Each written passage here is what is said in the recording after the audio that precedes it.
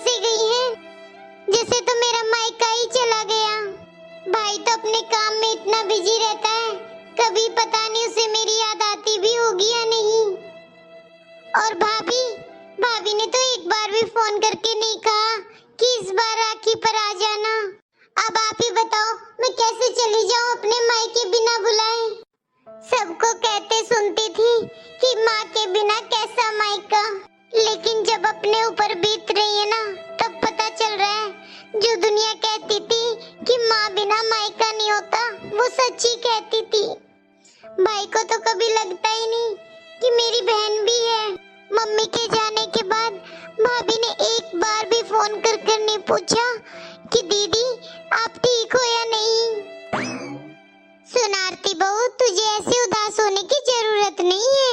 और तू इतना अंदर से दुखी थी, कभी तूने मुझे बताया भी नहीं, वरना मैं तुझे एक बार भी नहीं बोलती मायके जाने के लिए। कोई बात नहीं मम्मी जी, अब मुझे किसी बात का बुरा नहीं लगता। बस ही राखी के त्योहार के पास ही थोड़ा सा दिल उदास हो जाता है मेरा।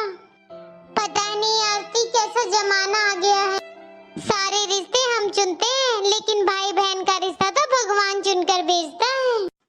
अरे तुम मुझे कितने अपने बचपन की बातें बताती थी कि तुम तुम्हारे भाई के साथ क्या मस्ती करती थी, कैसे खेलते थे, कैसे झगड़ते थे।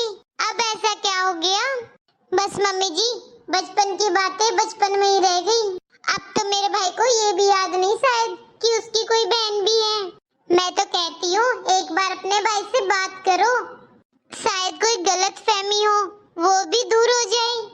मम्मी जी मैंने सारी बातें की थी भाई से, लेकिन भैया भाभी को तो मेरा प्यार से बोलना भी बोझ लगता है।